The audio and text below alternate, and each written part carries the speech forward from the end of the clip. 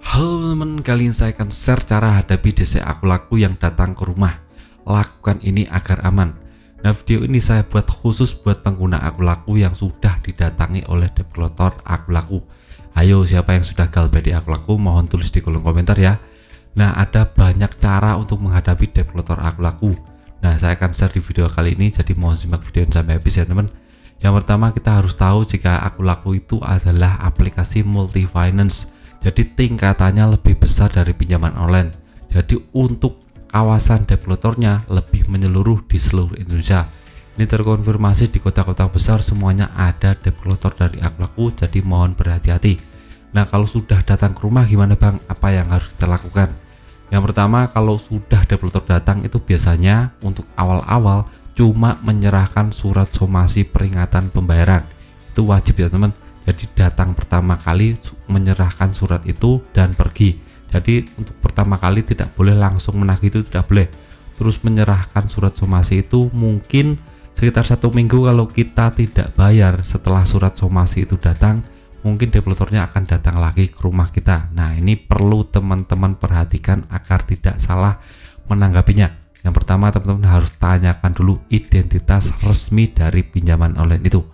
Dari yang namanya surat sertifikasi untuk jadi developer, surat tugas dari pihak aplikasinya, dan surat tentang detail pinjaman, bunga dan denda, dan lain-lain yang harus dibayar.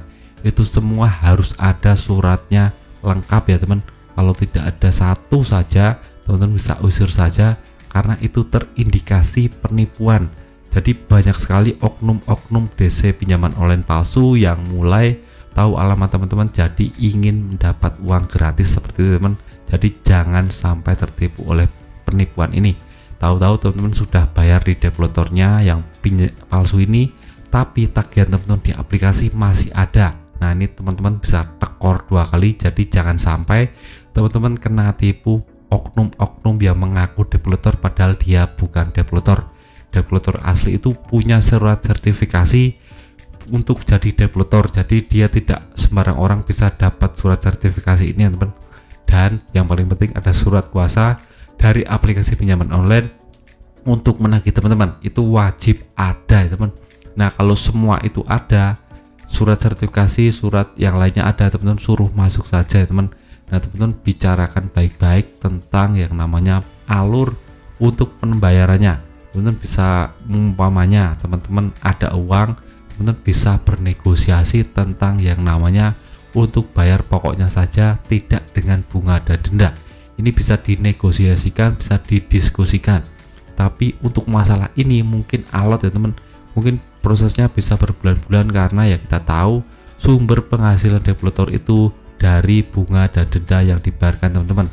Jadi fee-nya itu dari situ. Jadi mungkin akan lebih sulit melakukan diskusi tentang ini karena ya kita tahu untuk developer sebenarnya cuma pihak ketiga yang dibayar oleh pinjaman online untuk menagih, jadi tidak dari pinjaman online tersebut. Jadi jika dia bayar hutang pokok plus bunga dan denda, dia akan dapat fee ya teman. Jadi kalau cuma bayar pokoknya saja mungkin tidak dapat fee, jadi mungkin akan alot untuk diskusinya. Itu jika teman-teman ada uang, bisa bernegosiasi tentang pembayaran bayar pokoknya saja, tidak dengan bunga dan denda. Tapi Bang, saya tidak punya uang sepeser pun gimana?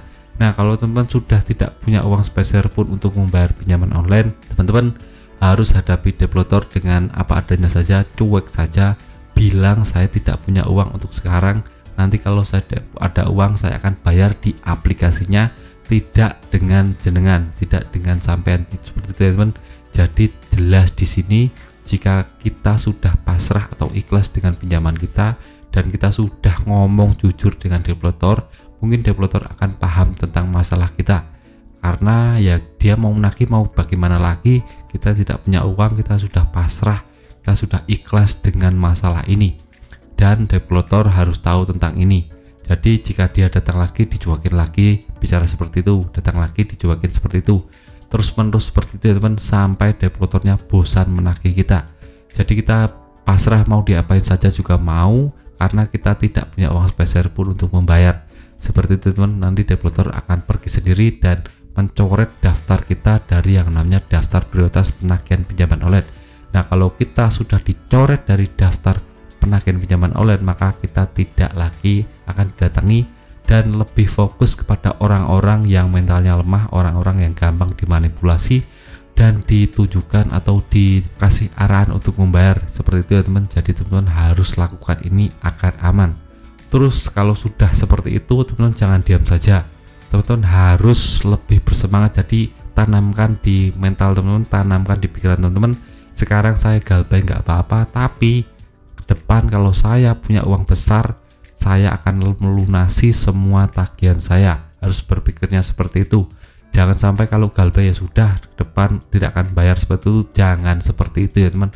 Teman-teman harus punya mindset tentang pembayaran pinjaman online ini jikalau teman-teman ada uang berlebih. Jadi teman-teman harus memotivasi diri lebih jauh lagi, lebih bersemangat dalam mencari tambahan uang dan cari lubang-lubang pendapatan lain selain dari pendapatan teman-teman di tempat kerja teman-teman yang sekarang teman-teman jalani. Misalnya nanti teman-teman kerja jam 8 sampai jam 4, pulangnya teman-teman bisa coba cari lubang pendapatan lain, jualan di pinggir jalan atau jadi content creator atau jadi tukang desain atau bagaimanapun, yang jelas cari pendapatan lain di luar jam kerja teman-teman. Itu harus teman-teman lakukan berkala agar nanti kehidupan teman-teman akan lebih bertambah makmur dan intinya akan bisa melunasi semua tagihan online teman-teman. Jadi ada video singkat dari saya tentang cara hadapi DC Aku Laku yang datang ke rumah agar teman-teman lebih aman dan bisa untuk hidupnya lebih tenang. Sekian video dari saya, semoga bermanfaat. Tetap semangat untuk hidup Anda lebih baik.